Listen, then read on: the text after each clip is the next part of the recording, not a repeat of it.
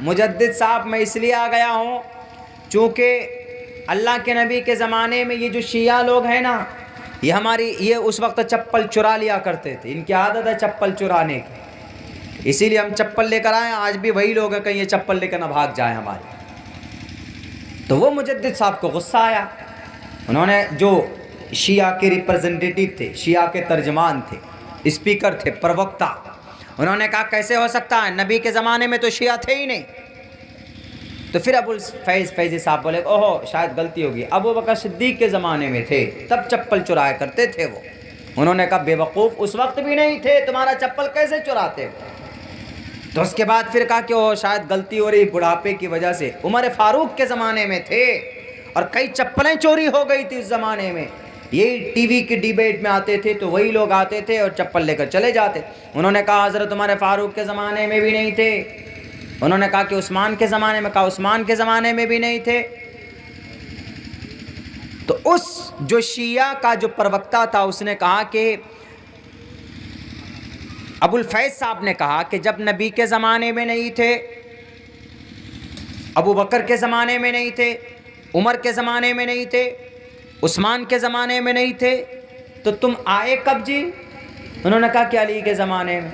कहा कि जब तुम नबी के ज़माने में नहीं, उमर के ज़माने में नहीं, अबू बकर के ज़माने में नहीं, उस्मान के ज़माने में नहीं, तो आज तुम कहाँ से आ गए, कहाँ से पैदा हो। इसका मतलब बाद की खेती है, बाद में पैदा किए। और कौन है ये शियों का सरगना, अब्दुल्ला इब्न सबा यहूदी, लड़ा दिया। कहाँ से बने ये लोग, कहाँ से आए ये वसीम रिजवी के चेले चपाटे, कहाँ से आए ये लोग, कहाँ से आए अकीदा रखने वाले, मनहूस नापाक अकीदा रखने वाले। मैं खिलाफ नहीं बोलता हूँ किसी के, लेकिन मजबूर हूँ। आज उस शख्स ने हमारे नबी को और हमारे कुरान के ऊपर इल्ज़ाम लगाए, एतराज़ किए, मजबूर हूँ इसकी हकीकत बताने पर। मैं इसकी हकीकत बोलने पर आऊँ, इनके पैदा होने से लेकर अभी तक की सारे काला चिट्ठा मैं रख सकता हूँ। 2 घंटे का टाइम चाहिए मुझे। कब इसने क्या किया, कैसे किया, कब बना चेयरमैन, कब FIR हुए, और कब अपने गुरुओं के पास जाकर मिला ये, अपने गुरु घंटाल से, अपने नकली खुदाओं से।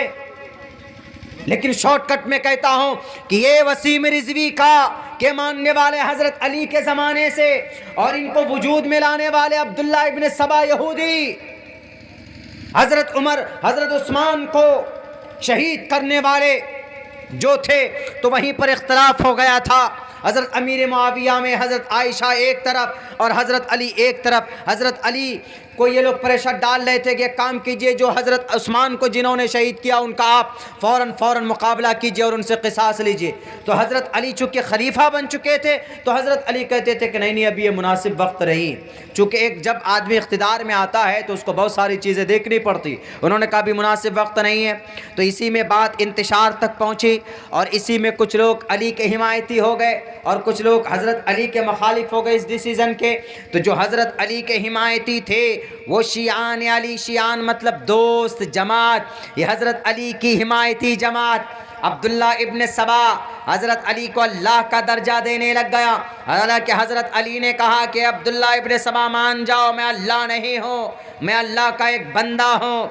उन्होंने कहा कि नहीं, आप मौलाए कुल हैं, आप अल्लाह हैं, आप पर वही आनी थी, वही भूल से चले गई मोहम्मद के पास। और वो जो कुरान है 30 पारों का, 10 पारे तो लेकर छुप गए वहाँ पर पहाड़ में, आएंगे आखिर वक्त में हमारे इमाम लेकर उसको, इमाम जाफ़र सादिक लेकर आएंगे।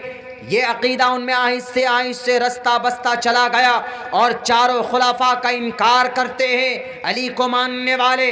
हालांकि हज़रत अली रज़ी अल्लाह ताला अन्हु ने कई तकरीबन 40 लोगों को आग में जलवा दिया था कि मैं मुख्तार कुल नहीं हूँ, मैं अल्लाह नहीं हूँ, मैं परमात्मा नहीं हूँ, मैं तो सिर्फ़ अल्लाह का एक बंदा हूँ। मुहम्मदुर रसूलुल्लाह सल्लल्लाहु अलैहि वसल्लम के हाथ पर मैंने इस्लाम लाया है। मैं मुहम्मदुर रसूलुल्लाह से आगे नहीं, अल्लाह से बढ़कर नहीं हूँ मैं, बल्कि अल्लाह के नबी के बाद हज़रत अबू बकर सिद्दीक़ हैं, उमर फ़ारूक हैं, उस्मान हैं, तब मेरा नंबर आता है।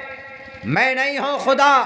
लेकिन ये हज़रत अली को खुदा मानने वाले, हज़रत आयशा के ऊपर तोहमत लगाने वाले, कुरान करीम की मखालफत करने वाले, ये हैं ये लोग, ये दज्जाल दज्र करने वाले, इनकी बातों पर आने की ज़रूरत नहीं। जो लोग कहते हैं कि मुसलमान शिया बहरे सूरत काफिर है, मुशरिक है, बुत परस्त है, वो कलिमा पढ़ते हो ला इलाहा इल्लल्लाह, लेकिन उनके जो और सारे अकायद हैं कुरान करीम के रोशनी में उनके मुखालफत करता, तमाम के तमाम सहाबा बरहक हैं, होना भी चाहिए। क्यों?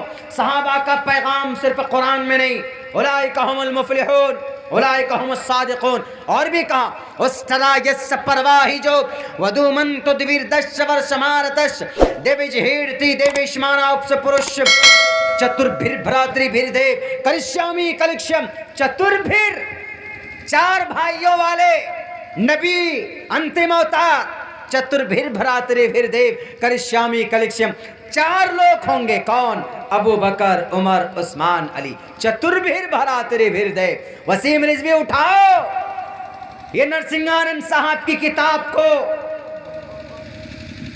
उनकी किताब में इन चारों खुलाफा के बारे में बयान किया। चतुर्भिर भ्रातृभिर देव करिष्यामि कलिक्षयम। नहीं पढ़ोगे ना, बस सिर्फ अपने खुदाओं को खुश करने के लिए बहुत आसान होता, कुरान पर इल्ज़ाम लगा दो और अहादीस पर इल्ज़ाम लगा दो और कुरान की आयत को निकलने की बात करो। मेरे भाइयों, मेरे साथियों, वक्त बहुत हो चुका है, बस इतनी बात